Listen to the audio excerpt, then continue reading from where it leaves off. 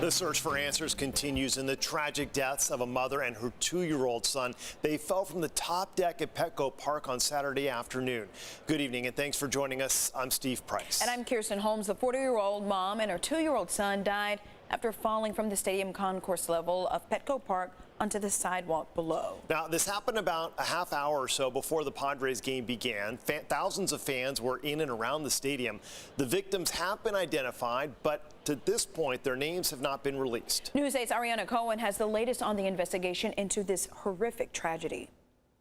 This area around Petco Park is still very busy, even though the tragedy occurred late Saturday afternoon. San Diego police say the 40-year-old San Diego mother and her 2-year-old son died after falling from the upper level of Petco Park Saturday around 4. Officers began CPR when they arrived, but it was too late. That makes me feel very sad. In my opinion, that should never have happened. It's a waste of life.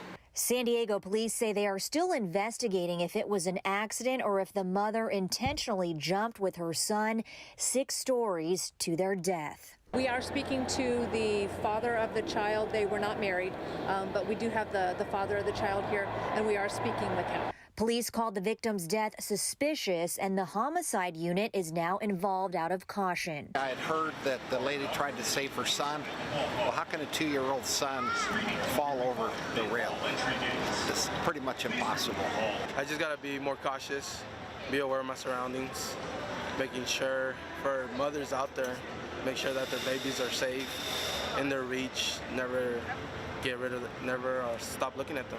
The San Diego Padres released the following statement. We are deeply saddened by the loss of life at Petco Park last evening. Our thoughts and prayers are with the family of those involved. We will continue to refrain from comment on the nature of the incident as it is an ongoing investigation by the San Diego Police Department. Sunday afternoon, the area of L Street and Tony Gwynn Drive that once had crime scene tape and was blocked off is now clear.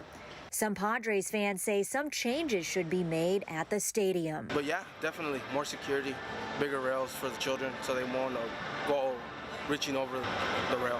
So I feel bad for the 2-year-old kid that had a full life ahead of him. San Diego police say they are still investigating. If you have any information at all, call the San Diego Police Department.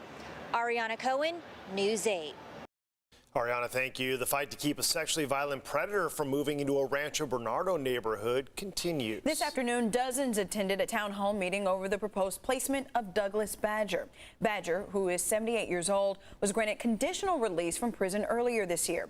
Officials first considered placing him in a home in Mount Helix, but a judge ruled against it after fierce opposition from neighbors there. Now, people who live in Rancho Bernardo are the ones concerned.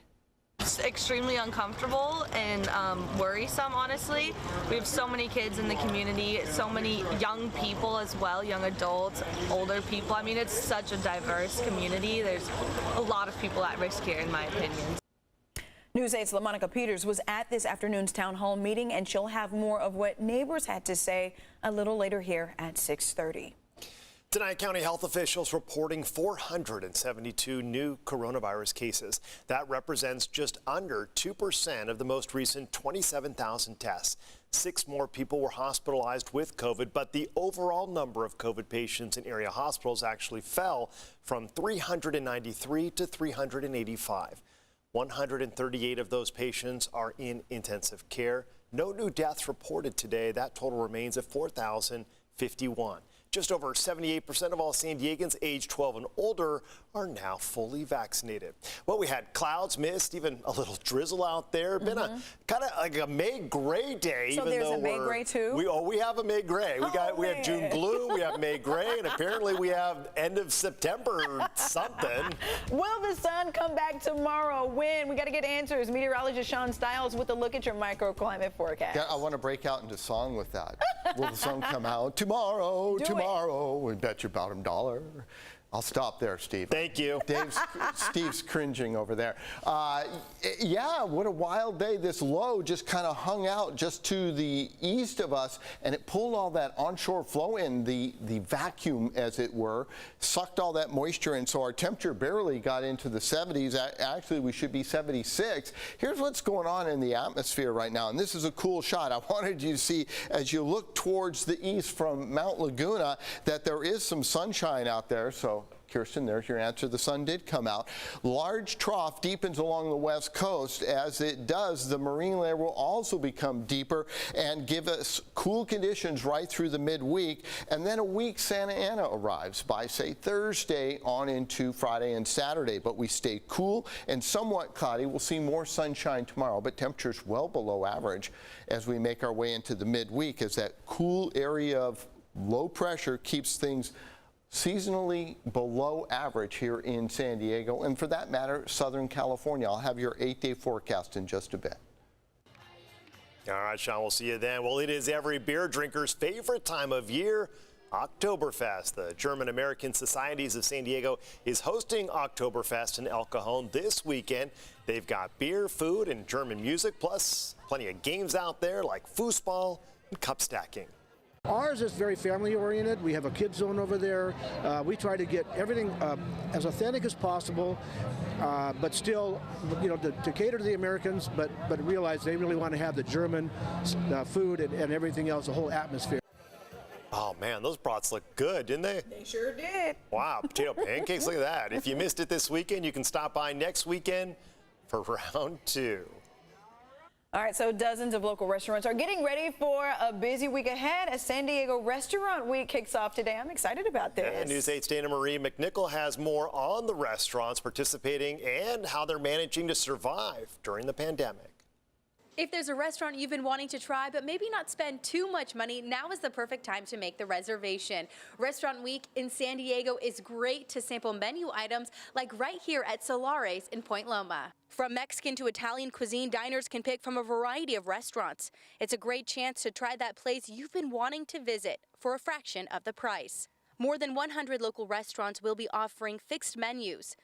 $10 to $25 a person for lunch and $20 to $60 per person for dinner. For the family-owned restaurant Solari, their focus is on creating an authentic Italian food experience. So far, we're off to a great start. We have a wonderful menu. My team's excited about doing it. Our customers are, and we think we're going to find a lot of new faces coming in.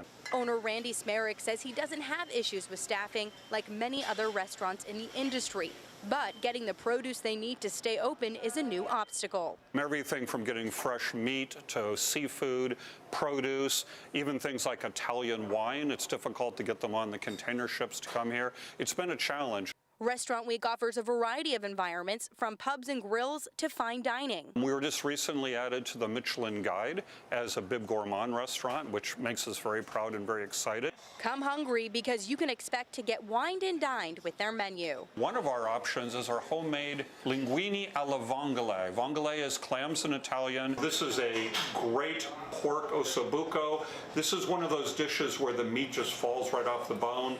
Don't even need a knife. Many restaurants have had to pivot significantly since the pandemic began, but Solari continues to adapt and participate in community events that bring people together. Restaurant owners do recommend making reservations as they do expect it to be very busy this week.